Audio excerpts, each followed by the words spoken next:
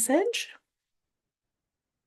Excellent. Okay, so welcome to this presentation today on staying true to you, navigating relationships without losing your identity.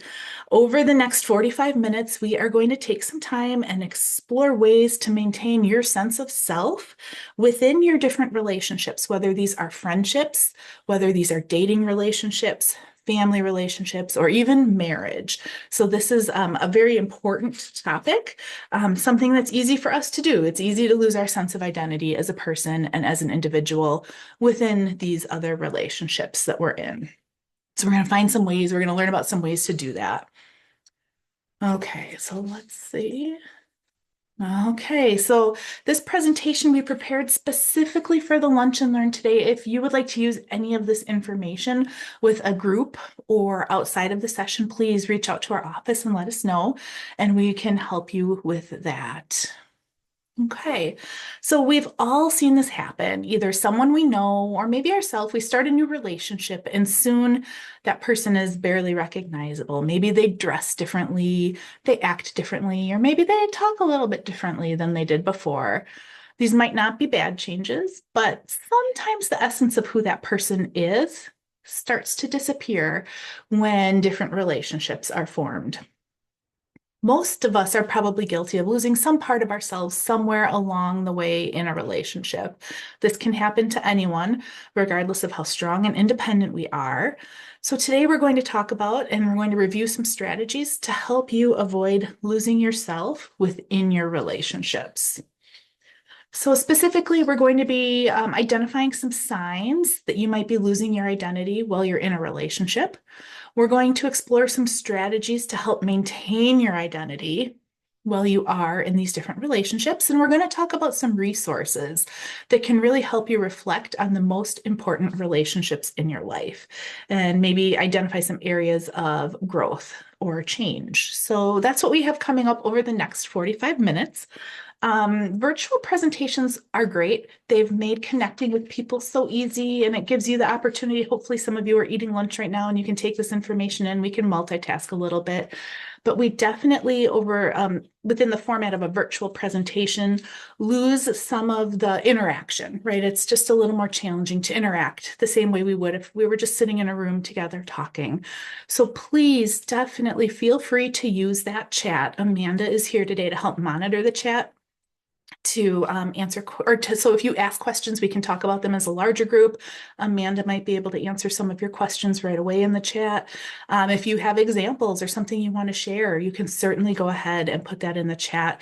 At least that chat can help you provide a little interaction, a little dialogue, a little connection for all of us, a little more than what we get in the format of the virtual presentation. So please definitely feel free to use that chat as we're working through these different parts of the presentation. So we're just going to start off with a little bit of reflection here. Can you think of a time when you might have lost your sense of self in either a friendship or a dating relationship, or maybe even think of a time where you noticed a friend or a family member who might have lost themselves within that friendship or dating relationship? If this was you, think about how long ago it was that that happened. Has it happened since? Or did you make changes to prevent that from happening again, to prevent losing yourself in that relationship? You can go ahead and keep these reflections and these thoughts to yourself. That's fine. For some, like when I think of this, when I was reflecting on this question, I thought back to when I was younger, and maybe like my teenage years or young adult years when I wasn't quite sure who I was or what I was interested in. Or maybe even later in life, right? When we're dating someone and become really smitten with them, and we just really want to be with them and be like them, and we admire them, and we want to really just emulate that in our life too, we can start to lose that sense of who we are.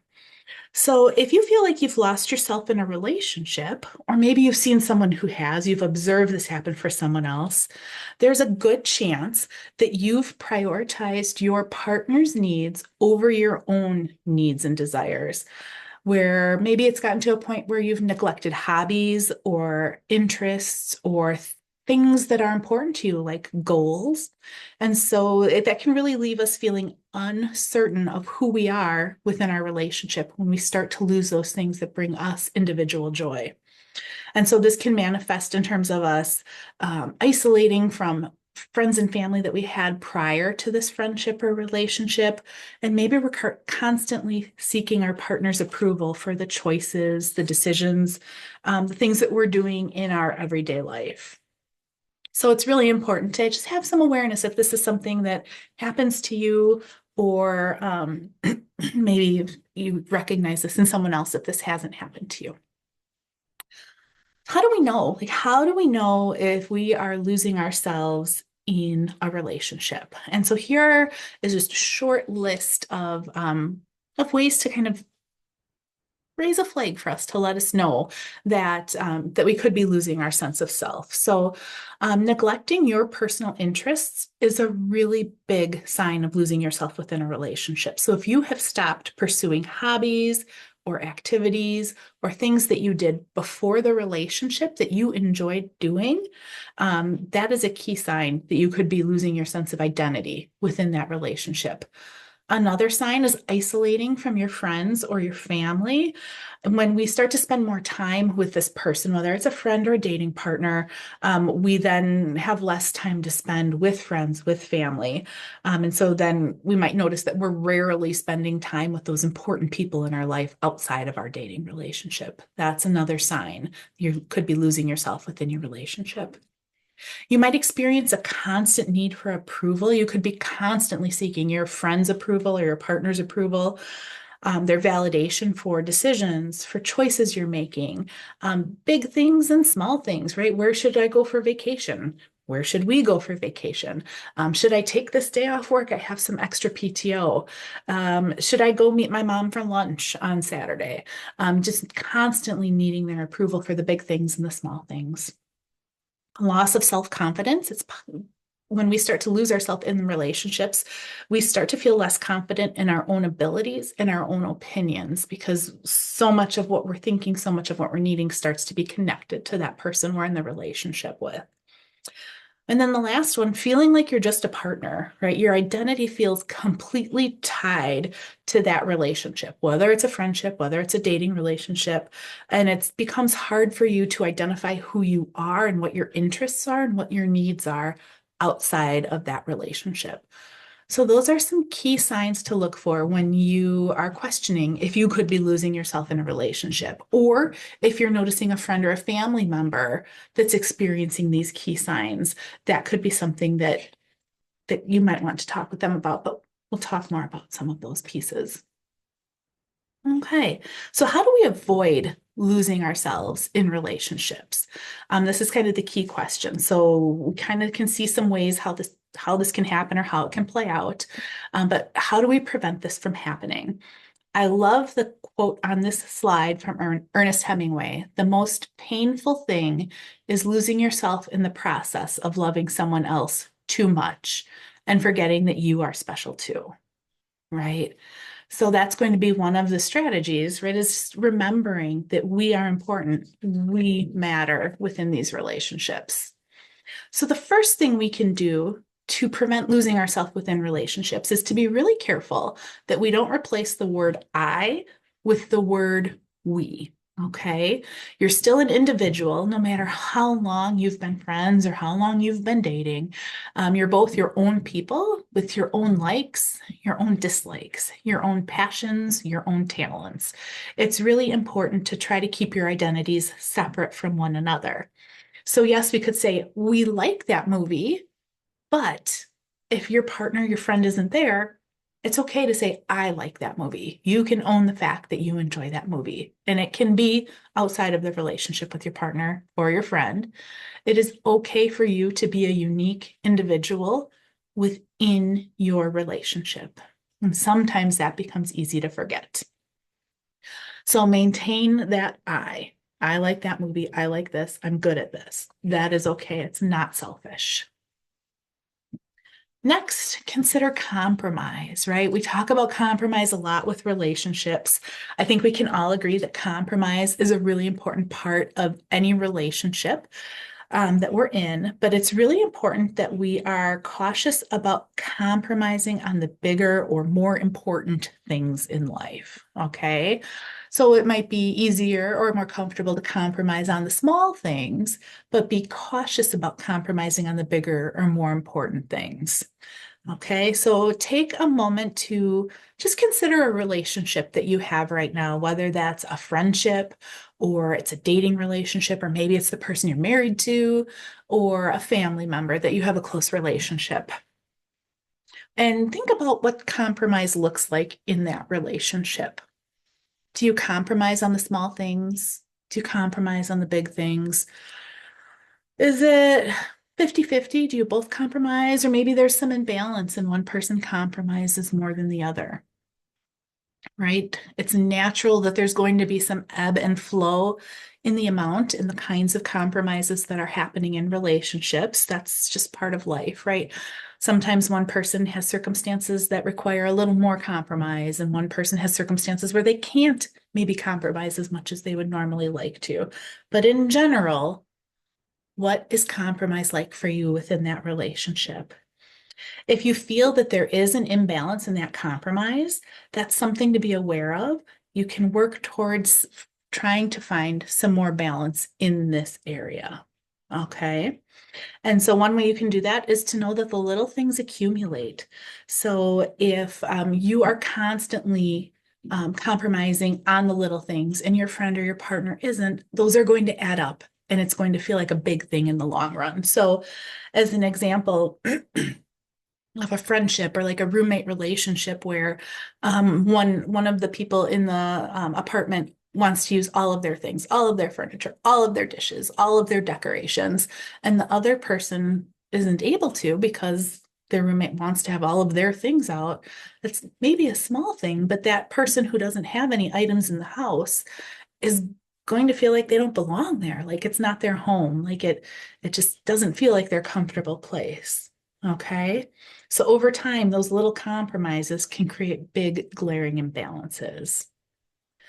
If you're feeling there's a sense of imbalance with respect to compromise in your relationship, know it's okay to advocate for yourself and to be less flexible on things that are important to you. Relationships are a give and a take. Each person should be getting the things that they want and need from the relationship. It shouldn't be one-sided, and that involves both people making compromises. So when it comes to this aspect of friendships, of dating relationships, know that it's okay for you to advocate for things that are important to yourself. Okay, and to maintain your identity, this one might not be a surprise, but it's really important to socialize regularly on your own. Okay, we have most likely close friendships, close family relationships prior to these friendships or dating relationships, and we have a social circle. Naturally, we're going to introduce our friends or our partners to the people who are most important to us. That's a part of life. But it's also important to make sure that we're maintaining these relationships that we had prior to the friendship, prior to the dating relationship. Maintain those on your own. So spend time with those people with yourself, and maybe your partner doesn't have to be there all the time. Nurture those relationships with friends, with families, with family members, with coworkers, so that you can really have that connection outside of the relationship. So knowing that you can maintain relationships with the people that are important to you and making that a priority is a really important part of maintaining who you are. Participate in hobbies, right? Make time for the passions and hobbies that you love outside of your relationship. Although it's natural to want to spend time together with friends or partners, it can be unhealthy to do everything together. So make time for your hobbies and your passions that don't involve your partner or your friend. Continue doing the activities that you enjoyed prior to that relationship starting. Resist the urge to give up doing something you enjoy doing so you can do something together. So, right, if you love painting, make sure you keep painting. Don't give that up so you can then spend time hiking with your friend or your partner. And then you do a deep dive into hiking and you lose track of the painting, right? Resist that urge to give up the things you enjoy to do things you enjoy doing together. And having a life outside your partner or your friendship is really important because that can help give you confidence, it can help boost self-esteem, and it can help you have the ability to contribute to your relationship in a healthy way. Otherwise, if we don't have a life outside of that relationship, that person becomes our life and we become overly reliant on them for some of the fundamental needs that we have in life. And so it's really important to maintain your own life, your own enjoyment, your own sense of purpose outside, outside of that relationship. So know it's important that you engage in activities that bring you joy. Okay, and keep getting to know yourself. I love this one. Human beings continue to grow and evolve over time. Even as adults, we still grow and change. And so our needs, our wants, our preferences, our desires, our worldviews all change with the different life experiences that we have.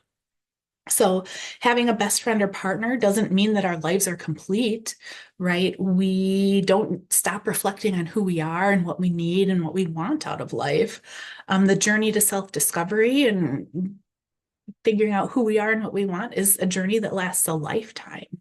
So take time to reflect on who you are, the person that you want to be, the kind of partner or friend that you want to be.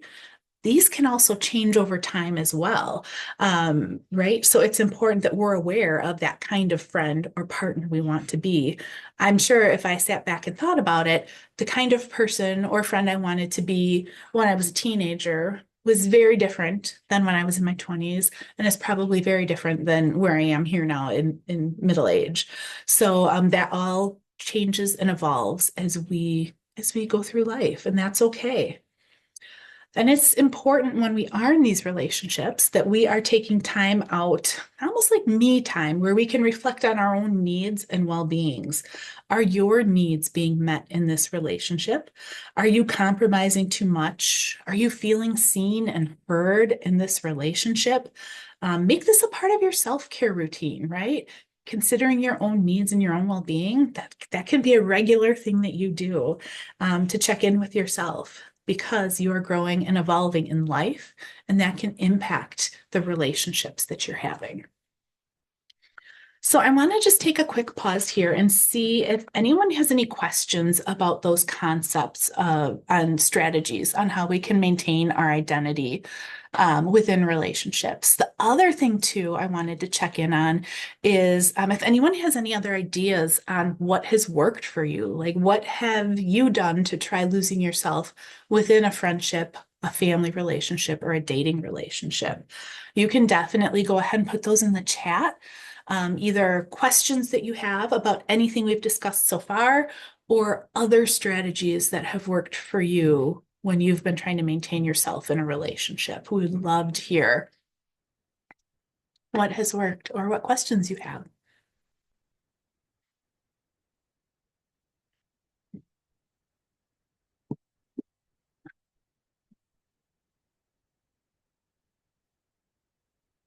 Anything yet in that chat, Amanda? Things are pretty quiet out there, Pretty Erin, my quiet. co-host. Okay. Okay. That's okay. I know sometimes it can take a minute for them to show up in the chat, sometimes the Well, and comments. it's scary, though, typing words. Very scary. Well, it can be. I Yeah, it's don't want to for some say the people wrong it thing. is, right? Yeah. Okay, well, then maybe that means no one has any questions. That's okay. When I think of other ways or other strategies to avoid losing myself in relationships, something that's been really important for me is creating boundaries around the things that are important to me and making sure that I'm making time for them, but also sometimes creating some boundaries around what's important to the other person.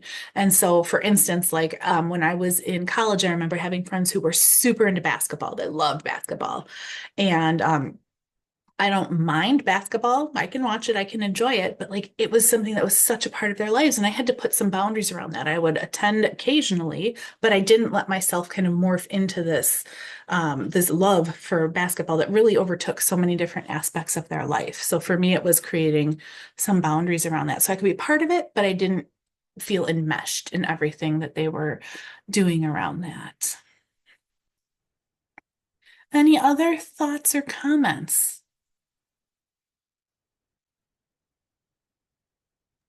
We did get some positive feedback for someone that, Yeah.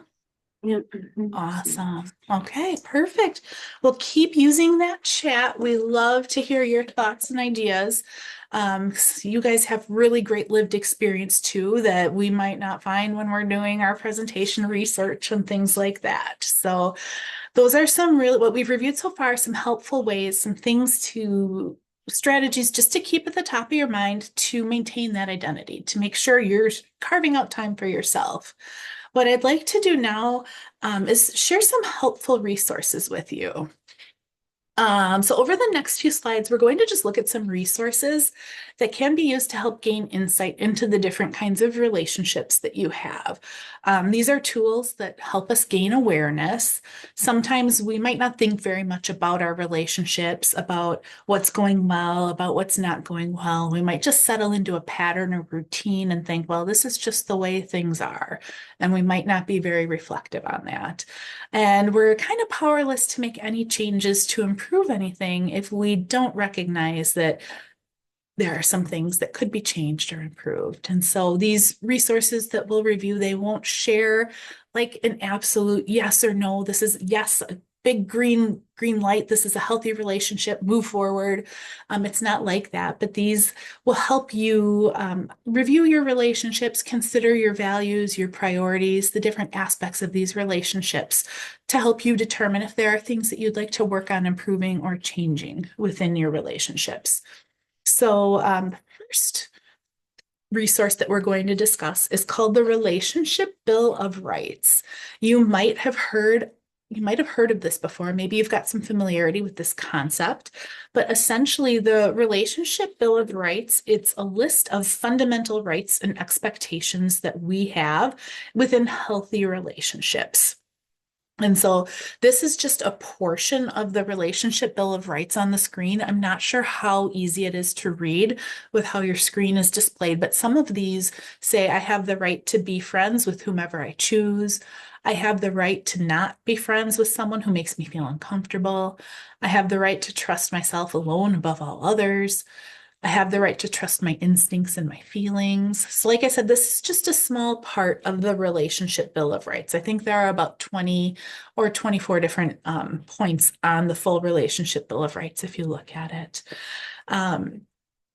So, essentially, this outlines basic principles of healthy relationship dynamics, emphasizes communication, mutual respect, things like that. So, you could use this Relationship Bill of Rights to see if, or to kind of reflect on how these different rights pertain to you in the relationship that you are in. And so, for example, that first one, I have the right to be friends with whomever I choose. Does that pertain or does that happen in this friendship or in this dating relationship? Can I spend time with other people or other friends? Or do I have to spend all my time with this one friend or with my partner? Am I spending all of my time with this person because I want to? Or am I spending my time with them because I feel like I have to? Right?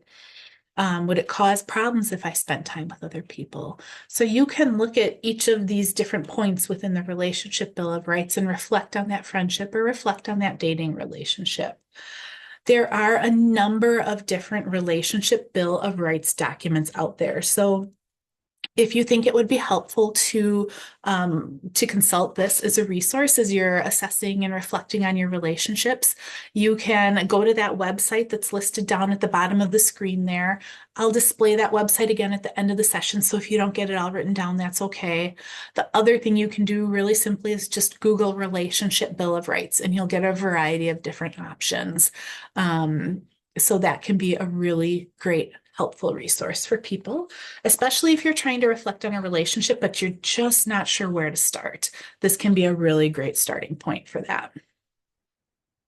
The next resource that can be helpful in evaluating relationships is more of a dating related resource, but this is called the Conscious Dating Red Flags Checklist. And like I said, can be really helpful for dating relationships.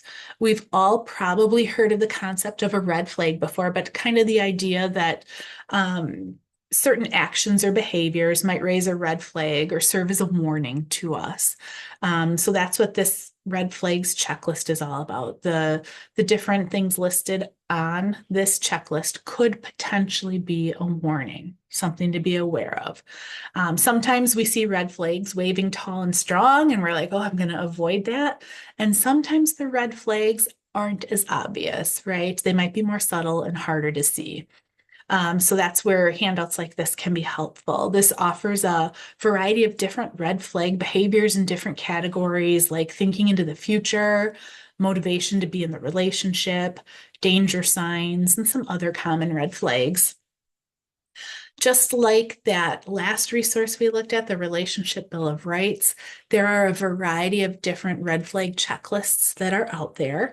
If you would like to connect with this specific list, there's the website on the screen, but you could also Google Conscious Dating Red Flags Checklist. I think it's really important to note that this handout is just a guide. So if you mark one or two things on this checklist, that doesn't mean that this relationship needs to go in the garbage. Okay. So don't automatically think if you check one or two things on here, this is a sign of a bad relationship. That's not the case. But you'll want to consider the items that you do check and the things that you do mark on the sheet. And right, some of these could be precursors to some physical, mental, or emotional abuse, but some of them aren't. And so that's important to know. But then you can look at this checklist and consider what has been marked. Sometimes I have had clients complete this list and they mark a couple items, but those are things that they're okay working with in a relationship, and they're okay having good open communication with their partner on if it does not involve physical, mental, or emotional abuse. So this by no means excludes or invalidates a relationship, but just can help you gain some awareness about that relationship if it would be helpful. Okay. And like I said, I'll share the website information too for this at the end of the presentation. Okay, and this resource here is called the Power and Control Wheel. And this wheel diagram that you see on the screen lists different behaviors, different approaches, different strategies people use to keep partners in an unhealthy, abusive relationship. So I know this is kind of maybe an extreme end going from the Relationship Bill of Rights, but it's really important to note that there are situations that can be mentally, emotionally, or physically abusive. And so I want to make sure that we touch on those situations as well in the course of this presentation on relationships. So the inside of the wheel here makes up some of the subtle, continual behaviors over time that can be abusive within a relationship, and those are designed to help keep someone in. Erin, sorry to interrupt. We're just somebody's mentioned they can't see any of the screens or the slides. Is anybody else having that problem? Just want to check in. Okay. So it looks like seems like just one person's having that problem. So okay. I'm not sure of the best way to troubleshoot that. I'm trying to think through. Maybe hopping out and rejoining the link could be enough to reset that and bring that slide back up. That might be the best way to troubleshoot that if everybody else is seeing it.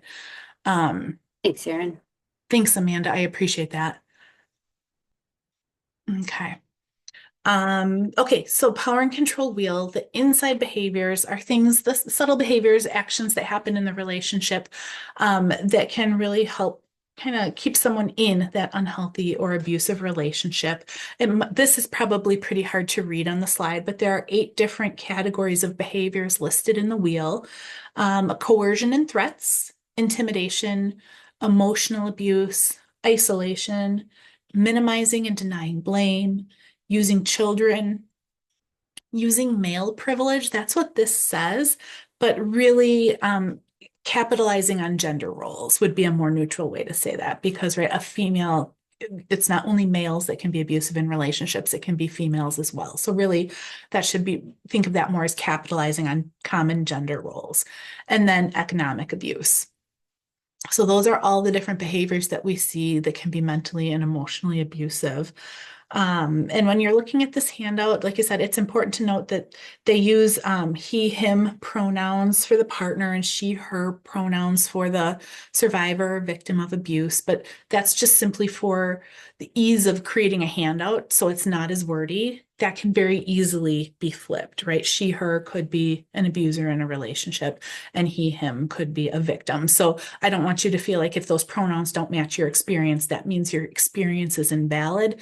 That's just how they chose to create this handout for ease of communication of the concepts. So if you feel like you could be in a relationship that does involve some violence or physical or sexual violence, this could be a great handout for you. There is the website on there where you can find it, or you can Google power and control wheel.